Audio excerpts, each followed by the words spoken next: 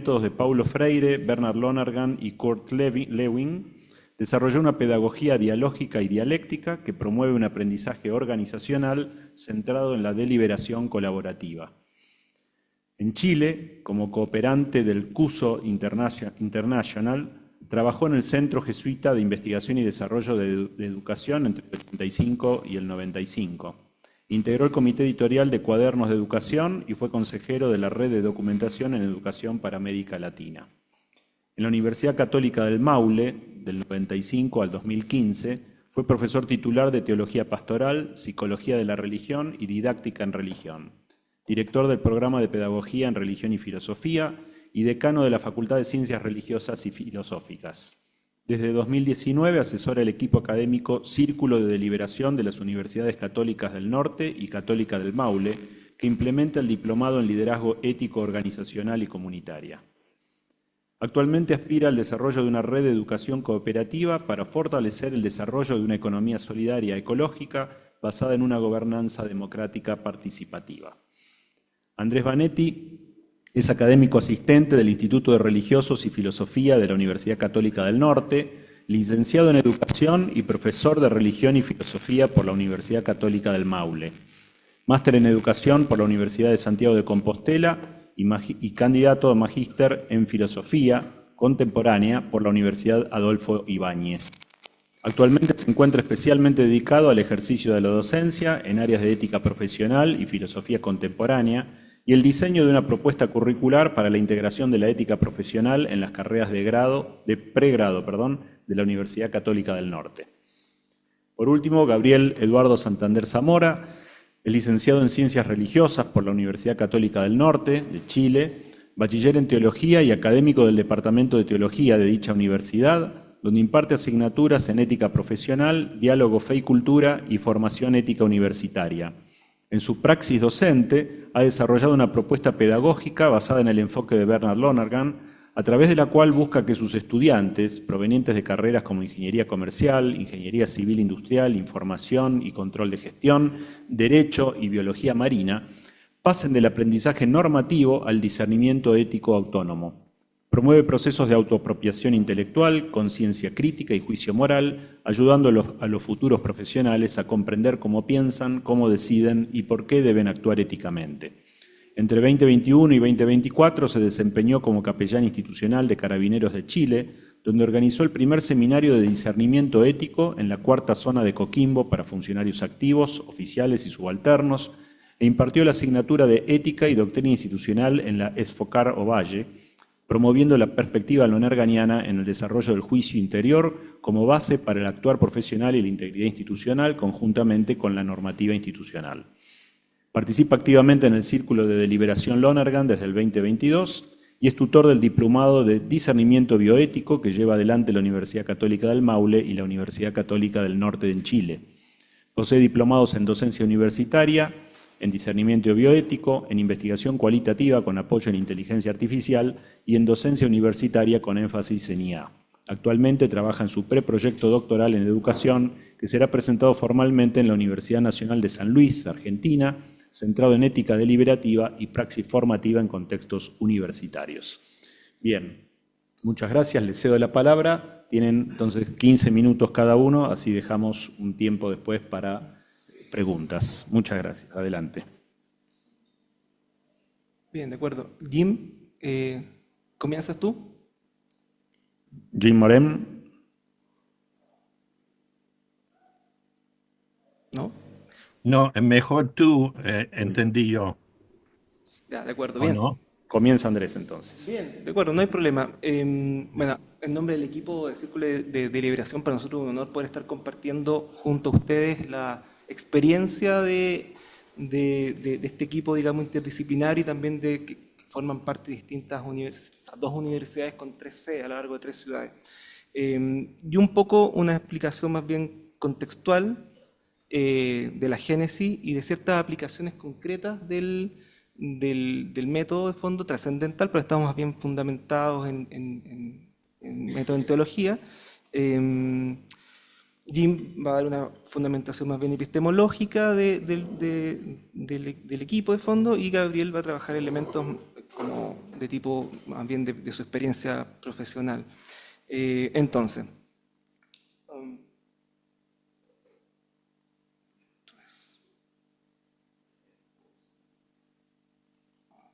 bien, si nos remontamos a los últimos años, contexto, en nuestro país, en Chile, podemos observar la constancia de distintos hechos de corrupción que han extendido en las más diversas instituciones de nuestro país. Bueno, estos casos muestran la manera en que ha penetrado en diversos sectores de nuestra sociedad una pérdida del horizonte del bien común en la acción de tanto personas jurídicas como personas naturales. Nosotros como equipo, a nivel de contexto, hemos visto que estos elementos, estos actos de falta a la probidad, a la fe pública y pérdida del bien común como un bien de orden, de alguna manera van corrompiendo o heredando la cultura de nuestra nación. Ese es un poco el contexto desde el cual nosotros comenzamos a mirar los rendimientos del método de Lonergan. Pese a que nuestro país, digamos, ve esto también como oportunidad para poder introducir importantes reformas legislativas que promuevan la transparencia y la integridad pública. A nivel educativo también, por ejemplo, en el marco de las cualificaciones de formación del profesorado, hoy hay estándares específicos en la formación ética. Y en particular, no a la normativa, a una normalización ética, es decir, de alguna manera entregar mayores marcos legislativos y administrativos del control de las personas o de la conducta de las personas, sino más bien a lograr que los sujetos, las personas se vuelvan cada vez más libres, responsables y sepan discernir en contextos cada vez más complejos, líquidos, si queremos ocupar ese concepto. Si uno hace un análisis a nivel, digamos, de estudios que hablen sobre la importancia de la formación ética a nivel universitario, todos concuerdan, o la gran mayoría ampliamente, y es difícil no encontrar algunos en los que no concuerden en que hay una gran relevancia de la dimensión ética en las diversas propuestas formativas para la educación superior, buscando con ello revitalizar la pregunta por la pertinencia y eficacia de cómo educamos en esa materia finalmente. Todos llegan a la conclusión de la imposibilidad de formar genuinamente un profesional sin tomar especial atención a la dimensión ética de su misma formación. Centrada, y esta formación debe estar centrada en el desarrollo de su conciencia, la capacidad de tomar decisiones morales como inherentes a su desempeño profesional, como algo externo de fondo, ¿sí? Y ahí hay un poco una tensión que nosotros visualizamos a nivel del currículum y del contexto. Digamos, uno puede ver un poco el título que dice como contexto de la decadencia social en Chile. O sea, año 2008, 2010, un sinfín de casos, digamos, que muestran como una suerte de deterioro de nuestra sociedad, en nuestra cultura. En ese sentido, la idea se trata o la finalidad de la formación ética constaría de dotar de integridad formativa un plan de estudios y ponerlo a la altura de los desafíos tecnológicos, sociales y culturales. De esta manera, los modelos formativos o el modelo formativo no basta con buscar el desarrollo valórico del estudiantado, sino que se requiere, en el marco de las demandas actuales del mercado laboral y del fenómeno de la globalización y su impacto en las demandas que éste tiene sobre la formación profesional, la realización de un giro práctico en la formación ética que sea capaz de propiciar la habilidad para resolver problemas morales que sean concretos y en coherencia con los principios y valores propios del ejercicio de la profesión. Más aún, en un contexto formativo basado en competencias, como el caso chileno de la Universidad en Chile, la formación ética recibida por los profesionales no puede ser de carácter exclusivamente teórica, sino que debe incluir la movilización de competencias, es decir, de aprendizajes complejos asociados a un marco de acción profesionalmente integral. Gracias. Y en este sentido, entonces, la formación ética es entendida como un proceso fundamental en la educación universitaria que trasciende la simple transmisión de normas y que busca el desarrollar agentes morales autónomos, capaces de actuar con conciencia y responsabilidad, como dije anteriormente, en contextos complejos. Ese es el contexto del núcleo del círculo, digamos, de investigación de Lonergan. ¿Con cuál botón? Con la flechita, pero para ese lado. Ya.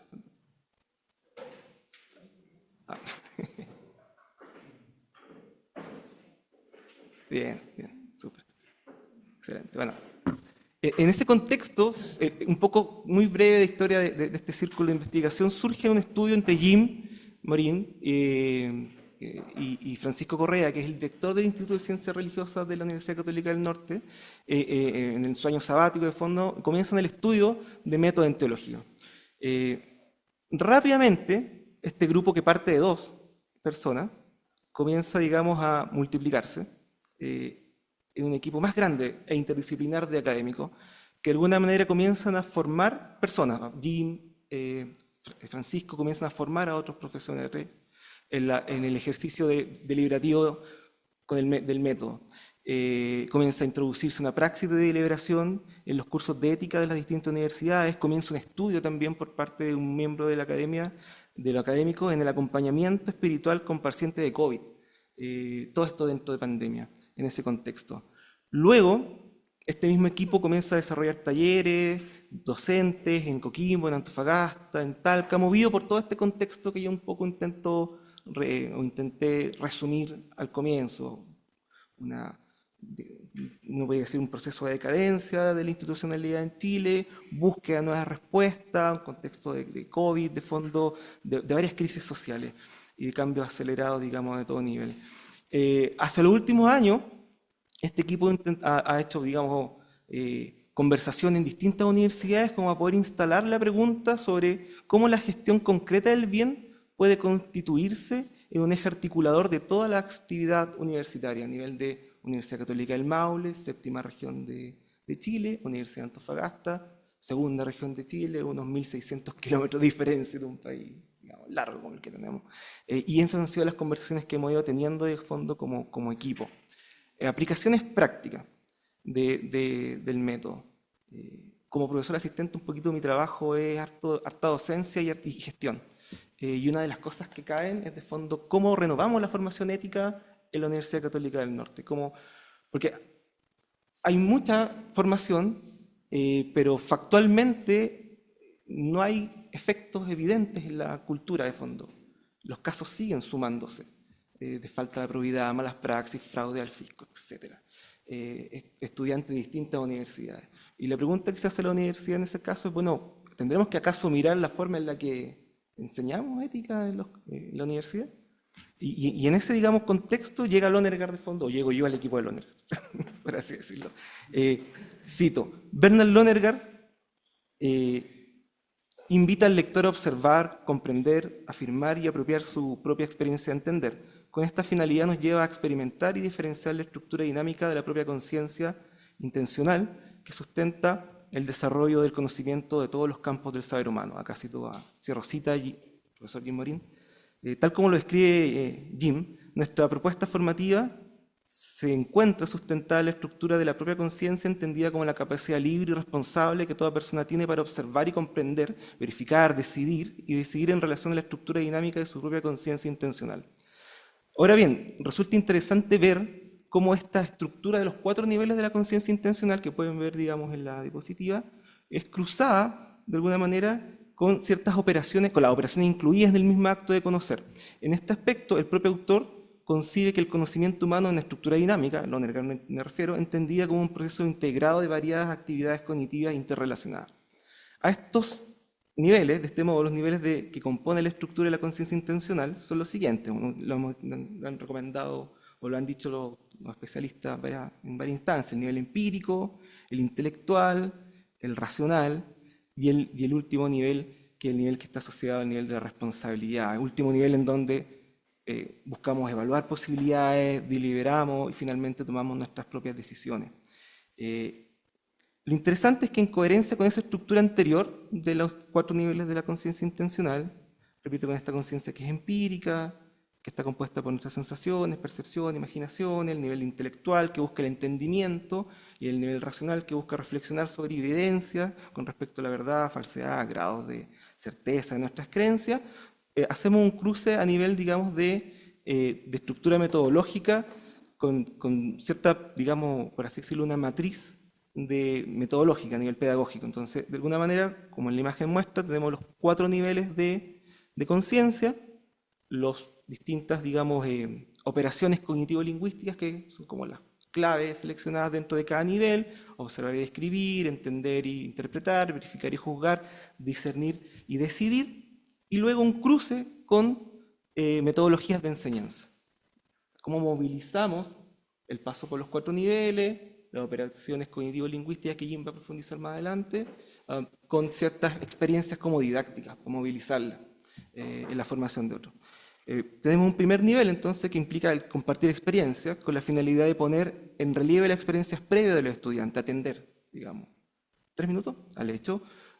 Luego, un segundo momento de diálogo informado, finalmente un momento de reflexión crítica, donde los estudiantes pueden evaluar conflictos valóricos asociados a la problemática concreta en su ámbito profesional, para finalmente dar un énfasis a un tema, a una metodología asociada a donde los estudiantes son capaces de aprender a considerar la manera en que los criterios de juicio orientan, digamos, procesos de discernimiento valórico y de deliberación moral.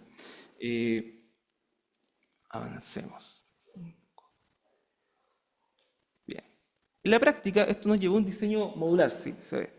Este diseño modular, de alguna manera, implica la formación de módulos que se integran disciplinarmente dentro de una disciplina. En este caso, es un plan piloto que está integrado en la malla de química y farmacia. O sea, nos tocó trabajar transdisciplinariamente, los de teología, los de química y farmacia, los científicos y la gente que ve el currículum.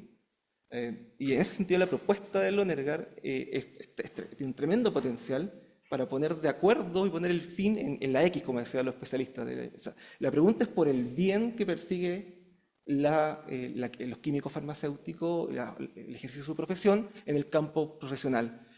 Y es interesante porque en la dinámica del ejercicio del método, ya no desde los campos disciplinarios aislados, sino desde la atención a cómo resolvemos ese problema, emergen posibilidades de desarrollo y de colaboración que son tremendas.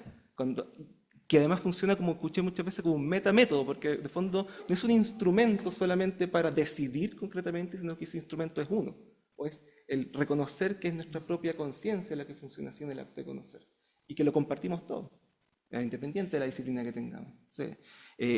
Y de alguna manera entonces ese trabajo experimental, piloto, el próximo 2026 comienza la ejecución de las clases, y ahí les contaré cómo va eso, pero en la práctica fue bellísimo y nos llevó de alguna manera a los últimos minutos que les quiero mostrar, que puede ser interesante para ustedes y para nosotros también comunicarlo, cómo de alguna manera se integró la ética profesional, que ya deja de ser una asignatura hacia el final de los ciclos profesionales. Nosotros atendíamos a profesionales de todas las asignaturas que toman obligatoriamente, ética profesional, ética de ingeniero, de todo tipo, a estar integrado en 4 años de la carrera de química y farmacia, con cada uno con 4 módulos que responden al énfasis de cada uno de los niveles de la conciencia intencional, y con estas como experiencias, digamos, metodológicas que además logran desarrollar estas operaciones cognitivo-lingüísticas en cada una de las mismas.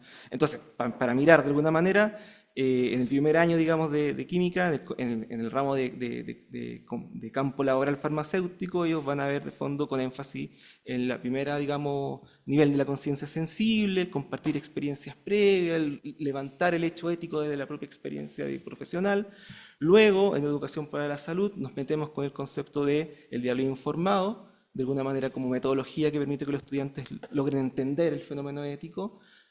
Luego, en la práctica farmacéutica comunitaria, que los ramos prácticos son del ámbito profesional, son complejos, integran competencias duras, directos al ejercicio, digamos, práctico de la profesión. Y digamos, también en la clínica, en la práctica farmacia hospitalaria, vemos los elementos de la conciencia racional y responsable en la reflexión crítica de los estudiantes, propiciando aquellas metodologías, y luego los ejercicios de deliberación. Y eso, sí, interesante. Y eso, ahí alcancé. Andrés, ¿cómo? ¿Perdón? No, sí, bueno, no he cortado esto, pero... Sí, ya está, ¿no? Aquí. Bueno, vale, perfecto. Sí, ya. Sí, ahí está, muy bien. Ya. Bueno, muy bien. Jim, tú sigues. Ok, dame un segundo acá. Lo que pasa, voy a usar el programa de Word que lea lo que yo tengo, porque hoy día tuvo examen médica por un tema de um, pulmonar que tengo. Entonces, si yo lo leo, me voy a cansar. Entonces, voy a usar la tecnología digital para que lea mi ponencia, mientras que ustedes lo voy a indicar cuando hacen los cambios correspondientes. Eh, ¿Tiene levantado mi presentación? Sí, Ahí está, ahí sí, está. ya la vemos. Ok. El- Me dice que el Zoom Meeting no me responde. Aló. No, aquí se ve bien, ¿eh? ¿Y me escucha? Perfecto. Eh, lo que pasa, estoy tratando de iniciarlo en mi computadora. Dice que el Zoom no me está respondiendo. Entonces, a lo mejor Gabriel puede presentar mientras, si está listo, El otro- mientras que trato de arreglar eso, porque me pide cerrar el programa. Bueno, y Gabriel Eduardo Santander, Sí, sí está. ¿está Gabriel, bien? ¿puedes tú? Ah, Y si quieres, Jim, puedes enviarnos el archivo y lo ponemos nosotros desde aquí también. Pero mientras tanto pasamos a Gabriel.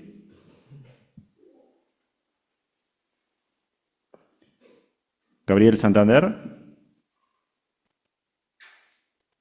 Buenas tardes, ¿se escucha? Sí, sí, ¿Sí? perfecto, gracias. Muy buenas tardes. Voy a compartir. um, un momento.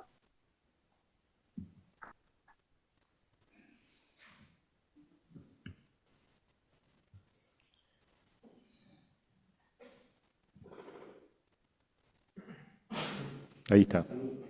Perfecto. Puedes poner en modo presentación. Me parece que ahí está.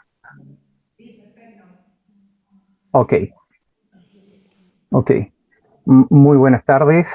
Agradezco también junto a Andrés y a Jim la invitación que se nos ha hecho para compartir nuestra praxis. En el caso personal voy a compartir eh, más que nada la eh, experiencia y narrar cómo la filosofía de Bernard Lonergan ha sido aplicada como marco de discernimiento ético en la docencia universitaria, facilitando la autoapropiación ética de sujetos críticos, responsables y deliberativos en contextos diversos.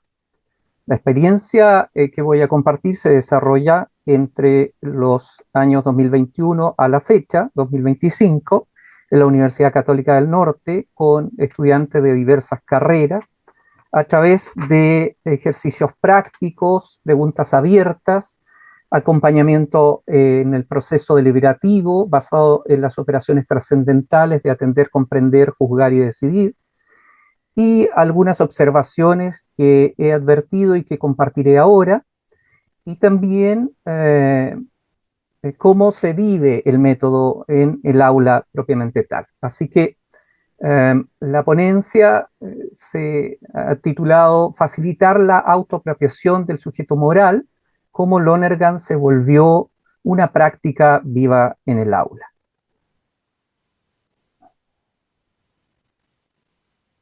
En el transcurso de los últimos años, desde el 2021 a la fecha, he trabajado con estudiantes de diversas carreras en la Universidad Católica del Norte, UCN. También he tenido la oportunidad de acompañar procesos formativos en otros contextos institucionales, como fue el caso en la Escuela de Formación de Carabineros EFOCAR en la ciudad de Ovalle. Mi interés siempre ha sido el encontrar una forma de enseñar ética que no solo se quede en teorías abstractas, sino que permita a las personas reconocer su capacidad de juicio moral, tomar conciencia de sus decisiones y asumir responsabilidad sobre ellas. En el 2020 fui invitado por el doctor Francisco Correa y también por Jim Morin a ingresar al círculo de deliberación con el que hasta la fecha seguimos estudiando con otros 7 colegas de la Universidad Católica del Maule y de la Universidad Católica del Norte, el método desde la filosofía de Lonergan. Desde entonces, el método dejó de ser solo un marco conceptual para convertirse en un proceso pedagógico, vivo, adaptable y profundamente humano, transdisciplinario y en un marco de trabajo colaborativo. Comparto un poco los primeros pasos que hemos tenido. Al inicio, en mis clases, introduje el método casi intuitivamente. No hablaba necesariamente de Lonergan con nombre y apellido, pero me sentí interpelado a exigirme una actitud diferente ante los textos, los dilemas y las decisiones. Lo mismo fue transfiriendo hacia mis estudiantes. En los cursos de ética profesional, les propuse que no repitieran teorías morales ni definiciones vacías. Les pedía que se posicionaran, que explicaran el por qué una decisión les parecía más ética que la otra y que identificaran los valores en juego. Pronto empecé a explicitar también las operaciones del método: observar, comprender, juzgar, decidir. Les mostraba ejemplo, les pedía que pusieran en palabras sus propios procesos y entonces algo comenzó a cambiar. Recuerdo una actividad donde les pedí trabajar el prefacio de Insight. Parecía un texto distante, en realidad bastante difícil para varios, incluso para uno, pero al invitarlos a identificar qué está haciendo Lonergan mientras escribe, la conversación cambió. Algunos comenzaron a decir: está tratando de observarse a sí mismo, está desarmando su propia forma de pensar. Ahí supe que algo se había encendido, lo que en voz de Armando Bravo se le llama, o él le llama, el chispazo inteligente. El método se volvió entonces una estructura narrativa. Les pedía que analizaran casos o dilemas como un camino, que narraran qué vieron, qué comprendieron, cuál fue el momento del juicio y qué decidieron, y sobre todo, qué aprendieron de ese recorrido. Con el tiempo fui aplicando este enfoque en diferentes carreras: ingeniería civil informática, ingeniería en prevención de riesgo, derecho, biología marina, ingeniería comercial, entre otras. Cada contexto desafió el método de forma distinta. Con los estudiantes de ingeniería, por ejemplo, el primer obstáculo era el lenguaje. La ética les parecía un discurso algo ajeno, demasiado abstracto. Pero cuando comenzaron a analizar decisiones técnicas con consecuencias humanas y ambientales, la conversación se volvió real. Les pedía que escribieran como si fueran profesionales enfrentados a un dilema. Tienes que decidir sí y lo que ellos quisieran colocar, y allí emergía el juicio, la responsabilidad, el miedo a equivocarse. En derecho, por ejemplo, en cambio, el desafío era que muchos se refugiaban en normas o doctrinas. Pero cuando les pedía que tomaran distancia de la ley y pensaran en la justicia de fondo, descubrían su propia tensión interna. Una estudiante me dijo: sé lo que dice el código, pero no sé si eso que dice es justo. Esa frase fue para mí una evidencia clara del funcionamiento del juicio moral en su forma más pura. Una de las experiencias más significativas la viví en la asignatura de Diálogo, Fe y Ciencia. Los estudiantes abordaron dilemas éticos relacionados con la ciencia, la religión y la moral mediante preguntas abiertas. Mi intención no era evaluar su memorización, sino acompañarlos en un proceso de reflexión personal. Muchos comenzaron a formular sus propias preguntas. sus propias preguntas éticas, algo que me confirmó que estaban tomando conciencia de su responsabilidad moral. Temas como la autonomía ética aparecieron en el 78% de los trabajos, seguido por la tolerancia religiosa con un 42% y la equidad en el área de las ciencias con un 61%. No les pedía que adoptaran una postura específica, solo les pedía que fueran honestos consigo mismos y con lo que descubrían en este proceso de pensar. Y allí noté algo interesante. Los estudiantes iban recorriendo de forma natural ese camino que Lonergan describe, atender a lo que pasa, entenderlo, juzgarlo y finalmente tomar una decisión. A través de ejercicios colaborativos y análisis de casos reales, fueron desarrollando una capacidad crítica y una mirada más responsable sobre sí mismos y el mundo que habitan. Esto me confirmó que el método no necesita estar siempre nombrado para funcionar. A veces basta con crear las condiciones para que emerja. Lo que observé en los estudiantes y lo que aprendí yo. A lo largo de estos años he observado cambios notables en mis estudiantes. No en todos y no siempre, pero sí en una proporción suficiente para creer en este camino. Muchos dejan de escribir lo que el profesor quiere leer y comienzan a escribir lo que realmente piensan.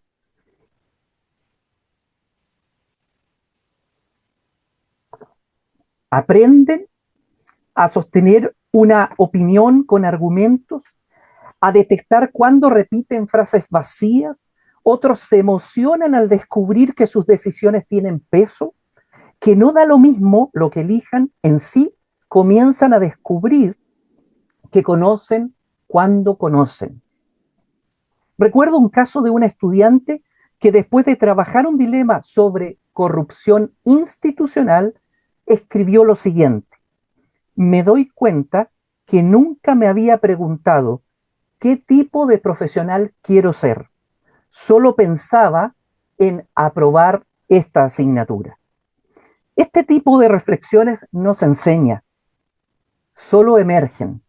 Y el método crea las condiciones para que emerjan. Con el tiempo esa intuición fue encontrando cauces. En algunos cursos empecé por explorar con los estudiantes preguntas abiertas. Por ejemplo, ¿qué situaciones les interpelaban? ¿Dónde sentían una tensión entre lo que debían hacer y lo que sentían que era justo? Otras veces les pedía asumir roles imaginarios. Un estudiante de ingeniería pensándose desde la mirada de un psicólogo, o una estudiante de derecho respondiendo desde otra perspectiva como lo haría una bióloga marina. Respondiendo desde otra perspectiva. Al inicio parecía una simple estrategia didáctica, pero también descubrí lo que ocurría ahí era otra cosa. Estaban intentando comprender de forma situada, desplazando su mirada y activando un juicio. Año a año, grupo a grupo, estas experiencias comenzaron a relevar o a revelar un hilo conductor más allá de los textos que leímos dependiendo de las asignaturas, desde Insay hasta Figueroa, Sartori, Cortina, Martínez, etc. Fui comprendiendo que el centro no estaba en transmitir contenidos, sino en despertar en los estudiantes la capacidad de la autoapropiación, el proceso reflexivo para volverse consciente de sus propias operaciones de conocer, juzgar y seguir.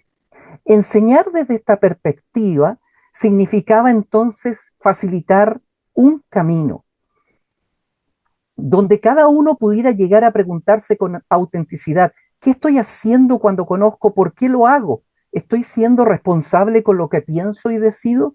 Descubrí cuando los estudiantes tenían la libertad de elegir temas, de analizar estos casos reales, de dialogar entre pares, que emergía una responsabilidad nueva.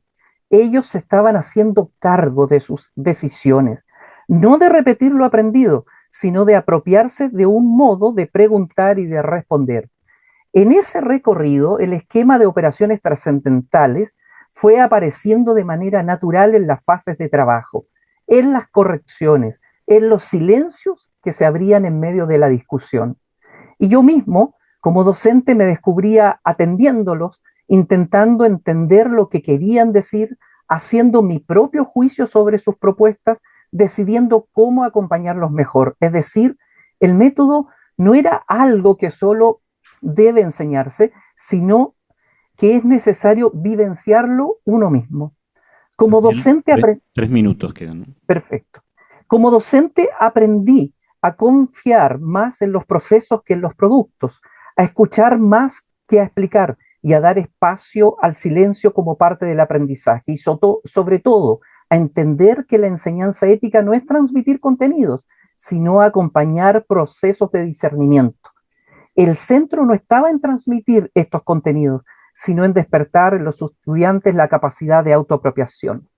Otros contextos de los cuales quiero conversarles, en el 2023 y 2024 realicé en la Escuela de Formación de Ovalle, EFOCAR, un seminario de ética y doctrina institucional donde también se trató el método sobre el discernimiento. No porque fueran estudiantes, sino porque como agentes de orden institucional son personas que se enfrentan diariamente a situaciones complejas y moralmente tensas. En ambos contextos el método se aplicó desde la pregunta por la responsabilidad institucional, la vocación pública, la obediencia y la conciencia moral.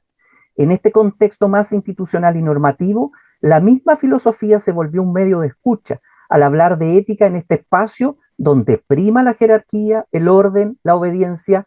La pregunta sobre el juicio interior, sobre la conciencia como único tribunal definitivo, resulta provocadora y también interpoladora, necesaria, pero aún ahogada en los límites de la normativa. Sobre todo para aquellos que no tienen grado, pero sí imprescindible para aquellos que detentan la responsabilidad de mando. Finalmente, he podido constatar que en el tiempo muchos al conocer el método comienzan a hablar distinto, usan palabras como responsabilidad, autenticidad, consistencia, preguntan más, se contradicen, se detienen. Este tipo de transformaciones no siempre se capturan con una nota, pero se advierte en los trabajos, en sus preguntas, en su modo de mirar la realidad. No sé si todos se han convertido en deliberadores éticos, pero sí sé que algunos han empezado a pensar de otro modo. Y en eso sí ya hay una siembra. Hoy puedo decir que la filosofía de Bernard Lonergan no es solamente un marco teórico, es una pedagogía del respeto, del acompañamiento, de la honestidad intelectual, del autoconocerse, del interpelarse por sí mismo y por otro. Lo que funcionaba de este método no es que sea genial y sofisticado, lo que funciona es que trata al estudiante como un sujeto pensante, como alguien capaz de verdad, de juicio y de decisión. Y mi experiencia me dice que este camino forma personas más auténticas, más responsables, más conscientes. Sigo aprendiendo, sigo observando y sobre todo sigo creyendo que lo más ético que podemos hacer como docentes es crear las condiciones para que nuestros estudiantes piensen, sientan, disciernan y actúen con libertad y con verdad. Muchas gracias.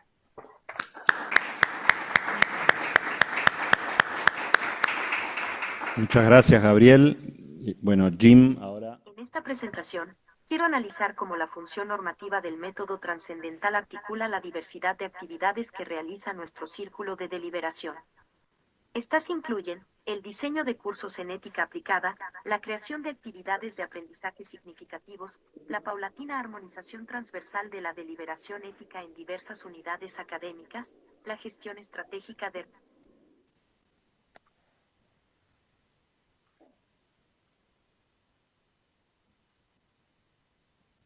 redes de colaboración, y la exploración con autoridades institucionales sobre cómo la gestión transdisciplinaria del bien podría integrar la diversidad de los saberes para responder a los retos históricos del entorno. Lonergan sostiene que el método trascendental tiene una función normativa, lo cual implica responder a las exigencias de la propia conciencia intencional. Estas exigencias requieren que el sujeto cultive 4 disposiciones fundamentales: atención, inteligencia, razonabilidad y responsabilidad. Dichas disposiciones no solo posibilitan el desarrollo de compromisos éticos que constituyen a las personas en sujetos morales e históricos, facilitan también que trasciende cuando observa, entiende, juzga y decide con amor. A continuación, explicitamos unos fundamentos y criterios de la praxis de comunicación que nuestro círculo ha desarrollado para orientar la realización de sus actividades. En lo específico, se trata de una praxis que facilita en los participantes el ejercicio y el desarrollo de la conciencia intencional en contextos organizacionales en los que se busca una construcción social del conocimiento al servicio de la gestión colaborativa del bien ante desafíos históricos específicos. Explicitaré estos fundamentos en un diálogo entre la teoría del campo del psicólogo social Kurt Lewin y la teoría del ¿Se conocimiento. puede cambiar? Además, realizará este diálogo No, considerando de las vuelta. funciones que cumplen la imagen y el modelo para Lonergan en la mediación del entendimiento.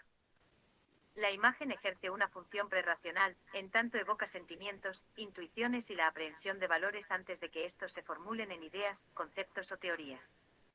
El modelo, por su parte, aporta una mirada sistémica y metacognitiva que permite comprender sintéticamente la estructura dinámica de la mente como un conjunto articulado, donde las ideas no se entienden en sí mismas, sino en su relación entre sí y con el entorno histórico. En esta presentación, la flecha que ven representará analógicamente a la aguja de una brújula. Además, voy a relacionar la fuerza que mueve esta aguja con la teoría del campo organizacional de Lewin que explica la conducta de las personas en relación con los retos de su contexto comunitario u organizacional. Cambio.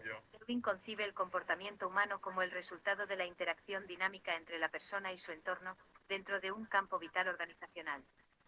Este campo de naturaleza tanto psicológica como social, está en constante cambio e integra las necesidades internas subjetivas con las condiciones y desafíos del ambiente. Su fórmula PA igual a C resume esta perspectiva. El comportamiento resulta de la interacción entre las personas y su ambiente. En contextos organizacionales, esta dinámica permite observar cómo emergen distintos estilos de liderazgo para afrontar los conflictos generados por las fuerzas que impulsan o resisten los cambios implicados en los retos del entorno. Ahora vamos a imaginar esta tabla como un mapa que representa el Cambio. territorio dinámico de la mente humana, como es concebido por Lonergan en su teoría del conocimiento.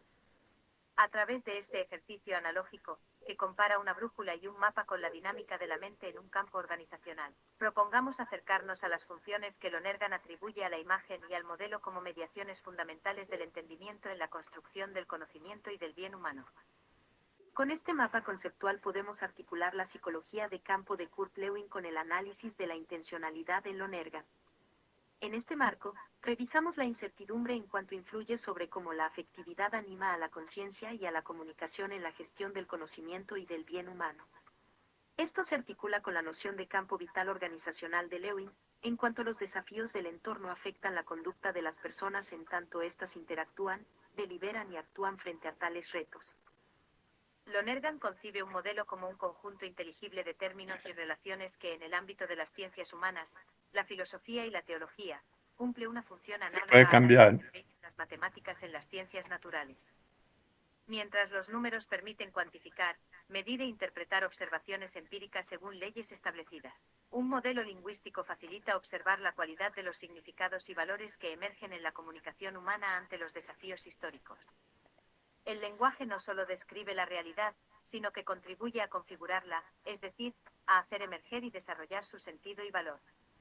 En este sentido es lamentable que esta dimensión creativa y constitutiva de la historia humana ha sido clasificada como habilidades blandas.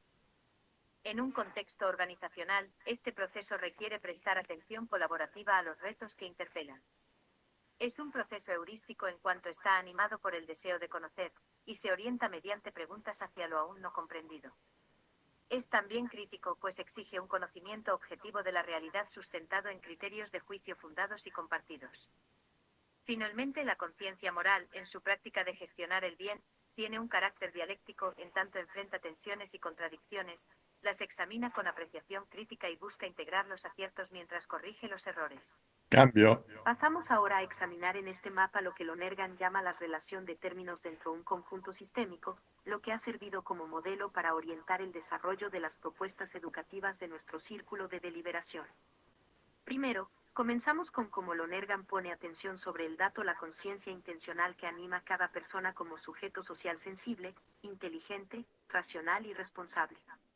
Esto fundamenta la base antropológico de nuestro actuar como educadores. Pero, ¿sobre qué bases podemos fundamentar esta afirmación? Cambio. Lo hacemos siguiendo la pista del método empírico generalizado propuesto por Lonergan. Es decir, ponemos atención a las operaciones cognitivas y lingüísticas propias de cada nivel de la consciencia intencional. A nivel sensible podemos observar y describir lo que nos inquieta o interesa. Con nuestra inteligencia, preguntamos para llegar a comprender y luego interpretar o explicar lo que entendemos. Mediante la racionalidad crítica, buscamos criterios para fundamentar con objetividad nuestros juicios de hecho y de valor. Son estos criterios los que, a su vez, orientan nuestra consciencia moral cuando debemos discernir y deliberar sobre qué hacer. Lonergan amplía la noción clásica de método científico, basado en datos observables y cuantificables, para incluir también las operaciones conscientes del sujeto que conoce. No limita lo empírico a los datos sensibles provenientes de los sentidos, percepciones, sentimientos o la memoria, sino que considera como datos empíricos también las operaciones cognitivas y lingüísticas por las que llegamos a entender, juzgar y decidir. Es importante destacar que estas operaciones, experimentar, entender, juzgar y decidir, son comunes y transversales a todos los campos del conocimiento humano. Sobre esta base compartida se establecen las condiciones para facilitar una colaboración transdisciplinaria orientada al abordaje de problemas complejos. Ahora bien, las personas se encuentran existencialmente inmersas en contextos históricos cuyos desafíos les generan inquietud y preocupación. Se enfrentan a la incertidumbre al tomar conciencia de sus limitaciones y de su incapacidad ante nuevos problemas emergentes. El desconocimiento y los ensayos de error pueden obstaculizar el entendimiento, mientras que la enajenación se propaga mediante egoísmos y sesgos ideológicos que justifican el mal menor en nombre de un supuesto bien superior. Son estas lógicas desviadas o instrumentales que conducen a lo que Lonergan describe como ciclo histórico de desintegración social y decadencia cultural. Él concuerda también con Edmund Husserl que este proceso se agrava porque la modernidad carece de criterios para articular la integración de su diversidad de significados y valores. Pasamos ahora a considerar cómo nuestra praxis de comunicación, orientada por el diálogo entre Lonergan y Lewin, puede orientar la integración de los saberes humanos cuando colaboran en la gestión del bien humano en relación con los retos que conciernen los participantes de un proceso educativo. Revisaremos específicamente la comprensión que Lonergan aporta sobre cómo los sentimientos inciden sobre la construcción del conocimiento y la gestión del bien humano. Abordaremos este asunto clave con una descripción de las características de los 4 momentos de nuestra praxis, que mediante la comunicación busca facilitar la integración de la afectividad y de la conciencia en la construcción del conocimiento que orienta la gestión del bien frente a los retos que inquieten a las personas. Llamado vivencia intersubjetiva, el primer momento de nuestra praxis de comunicación. En este facilitamos que las personas pueden expresar con espontaneidad sus inquietudes y preguntas ante los retos o quiebres que en sus experiencias les generan inquietudes e incertidumbre. A través de sus narrativas, los participantes comparten lo que sienten y observan, lo que sitúa sus experiencias en el horizonte de significación práctica de su sentido común. Este momento tiene un propósito heurístico: preguntarse sobre qué me inquieta sobre el fenómeno, reconociendo los estados de ánimo y significados que emergen. El objetivo de aprendizaje es expresar sentimiento y formular preguntas desde lo vivido. El rol docente consiste en facilitar la escucha profunda, ayudando a identificar patrones Por atrás. de valores que orientan la Se adelantó comunicación y mucho. preparan el terreno para una gestión colaborativa del conocimiento. El segundo momento, diálogo informado, surge como una evolución de la vivencia intersubjetiva inicial, donde la incertidumbre y las emociones dan paso a la curiosidad y al deseo de comprender mediante preguntas sistemáticas con que se inquiere sobre el cómo y los porqués. Aquí, la consciencia intencional inteligente busca interpretar el fenómeno desde marcos teóricos, integrando narrativas de artes, ciencias, filosofía y teología. El rol docente se desplaza de la escucha empática a facilitar el encuentro con distinciones conceptuales, guiando a los participantes hacia la búsqueda de explicaciones comprensibles y compartidas. Este también es un proceso colaborativo en que el deseo de conocer pasa de la confusión guiada por la curiosidad para llegar a comprender mediante ideas. Este momento consolida la transición desde la experiencia subjetiva hacia la construcción de significados compartidos y científicamente sustentados. Su finalidad es ampliar los horizontes de comprensión. Cambio. El tercer momento, denominado reflexión crítica, busca responder a la pregunta: ¿es así? Profundiza en la evaluación de juicios y supuestos que sustentan las interpretaciones construidas en el diálogo informado. Surge Surgen dudas y tensiones entre Está dejando diversas. crecer mucho a Peluquer. En este nivel, Que las actitudes que puedan construir. es sensible en detectar contradicciones y los egoísmos o sesgos que distorsionan el desarrollo del conocimiento. A través de la racionalidad crítica, se busca fundamentar los juicios de hechos y valores en criterios que permiten una comprensión objetiva de la realidad. Las ideologías o enajenaciones que distorsionan el conocimiento. El horizonte de interioridad apropiada invita a cuestionar narrativas dominantes sobre la objetividad, explicitando cómo los estados afectivos de incertidumbre de afectividad y de las operaciones cognitivo-lingüísticas de la consciencia intencional influyen sobre la fundamentación de los juicios. El rol docente facilita que los participantes revisan cómo los intereses egoístas y sesgos ideológicos inciden sobre situación de alienación, de injusticias y el desarrollo sistémico del mal. Lo que se busca son criterios que, y contrastarlos con que poder afirmar con certitud los que es probable, real, verdad, correcto, de valor, un bien verdadero. El momento denominado deliberación colaborativa busca una respuesta a la pregunta ¿qué hago y qué hacemos? Cambio. Representa la culminación del proceso comunicativo, donde la reflexión crítica se transforma en acción ética y responsable. En este momento los criterios de juicio orientan al discernimiento y a la deliberación colaborativa sobre las decisiones que corresponde tomar.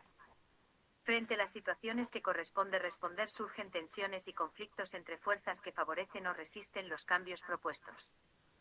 Surge de tensiones como la injusticia, la inautenticidad y la indecisión, que confrontan al sujeto con la necesidad de cambio y compromiso. A través del discernimiento y la deliberación colaborativa, se evalúan opciones para gestionar el bien de manera efectiva, integrando tanto la racionalidad como la afectividad en la toma de decisión. El rol docente en este proceso es promover la toma de decisiones libres y responsables basadas en los criterios éticos discernidos. Corresponde respetar y no presionar personas todavía indecisas. La gestión colaborativa del conocimiento que orienta a la gestión que transforma el mal en un bien concreto que sana y humaniza no es coercitivo. Está basada en convicciones fundadas en criterios, entendimiento, evidencia y empatía. El horizonte de integridad del sujeto moral enfatiza la coherencia entre pensamiento, palabra y acción, invitando a superar contradicciones individuales o colectivas. Las narrativas de deliberación comprometida cuestionan ¿qué acciones concretas corrigen errores y afirman aciertos? ¿Cómo asumir responsabilidad ante lo injusto o inauténtico? Jim, ya estamos en tiempo. Emociones, el segundo, diálogo, construía significados y el tercero, reflexión, cuestiona supuestos y fundamenta juicio, para que en el cuarto momento se puede actuar desde lo aprendido. La praxis comunicativa se consolida aquí como espacio para materializar el conocimiento en acciones que buscan una gestión efectiva y concreta del bien humano. Muchas gracias. Bien. Gracias a ti, Jim.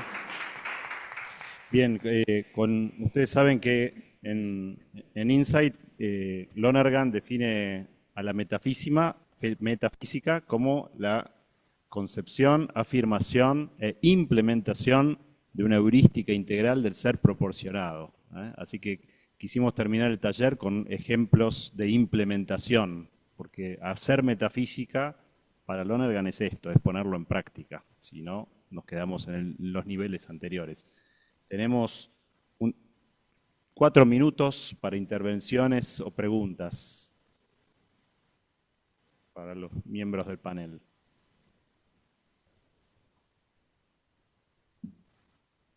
Federico parece. Ahí, Luis, adelante.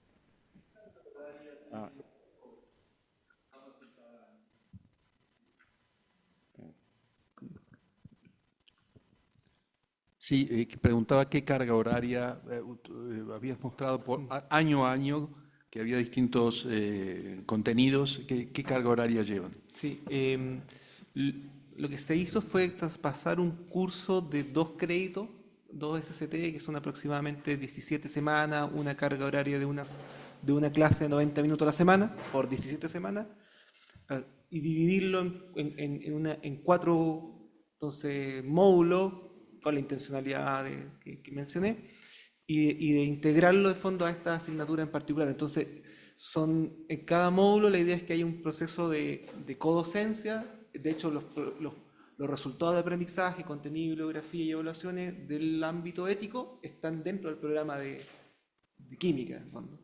Y la implementación, la idea es que los profesores trabajen de manera conjunta, salvaguardando una parte, digamos, de esos 2 créditos de fondo, que son una intervención de un mes y medio aproximadamente, unas 6 sesiones, que son exclusivas del profesor, pero con un proceso de integración de toda la asignatura.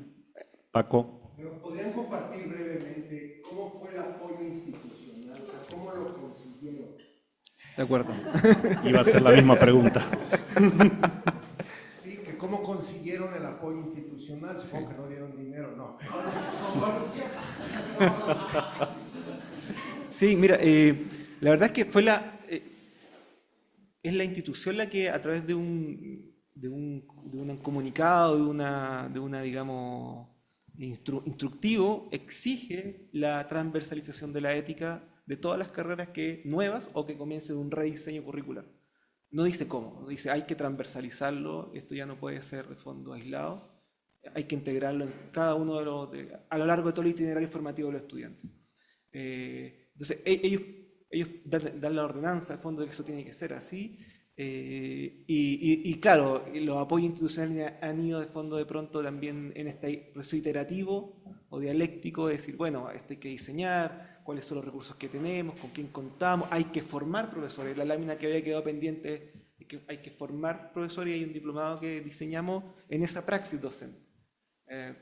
Porque de fondo los de teología, que somos 4, de tiempo completo, no podemos hacer clases en todas las asignaturas. Hay que salir a formar personas para que luego esto quede como una competencia instalada en la unidad de base, de fondo, que es el sentido.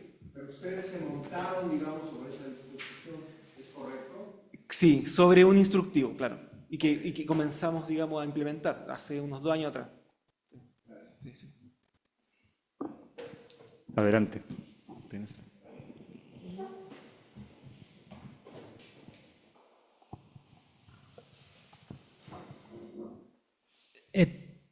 Quizás te devuelvo la pregunta que has hecho hoy a la mañana de cómo conviven desde esta propuesta con estos como nuevos enfoques, ¿no? En la educación, el modelo de competencia, el uso de las plataformas, la IA, ¿no? O sea, qué tensiones viven, cómo van haciendo ese encuentro con esta implementación. Sí, mira, lo primero es que los procesos a veces institucionales son complejos, hay distintos actores que se sitúan desde a veces parcelas que no se comunican entre sí. Y lo interesante está en que cuando uno no se plantea desde el punto de vista de heterónomo, de decir, bueno, acá vienen los de teología, nos van a decir qué hay que hacer, sino que se plantea de fondo desde la X, desde la pregunta por el bien humano que busca cada asignatura, que finalmente busca la universidad, la carrera, es distinta la percepción, porque tú ya no le entregas la respuesta, sino que lo que estás haciendo es que surja autónomamente a través de los distintos procesos iterativos de construcción que parten por partir de experiencias previas de ellos. O sea, ¿dónde ven ustedes que en el campo X de su disciplina, el campo clínico, podemos abordar la ética? ¿Cuáles son los problemas éticos que ustedes ven? Cuando comenzamos de ese punto de vista, de pronto también las barreras de la complejidad del diseño curricular se hacen mucho más simples, porque se parte desde este recurso que es la conciencia intencional, y que tenemos todo de fondo. Y creo que lo magnífico que tiene Loneler como método de fondo, es algo que se plantea, digamos, previo a cualquier disciplina. Ahora, lo interesante es que las operaciones cognitivo-lingüísticas también son objetivables en redacción de resultados de aprendizaje, de escribir, observar, de fondo, y valorar, etc. No son incompatibles, a lo menos con un diseño por competencia en donde hay que objetivar ciertas acciones. Entonces, y un poco ahí está también la genialidad del trabajo de Jim, en donde no solamente están las funciones cognitivas, sino que también hay una mediación lingüística y una praxis de comunicación que no es incompatible con los métodos de diseño de fondo por competencia, y que además es proclive a la colaboración. Porque nadie sale de este problema, digamos, un ciclo de cadencia solo. Claro. Se sale en red. Y eso fue la intención de formar círculos, de irse ampliando, de formar redes con otras personas que comparten, digamos, lo mismo también, como lo son todos ustedes. Andrés, está también la rúbrica.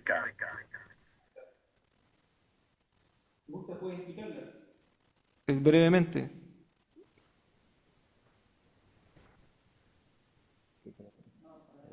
Sí, bueno, finalmente hay una rúbrica que creamos entre 3 personas, bueno, Jim Morín, un académico de la educación de fondo, que objetiviza esas funciones, de fondo, de esas funciones cognitivo-lingüísticas, y que de alguna manera orientan la elaboración del diplomado y que son como, por así decirlo, en el lenguaje de un marco de diseño por competencias, son lo esperable de fondo de los estudiantes al término del proceso formativo.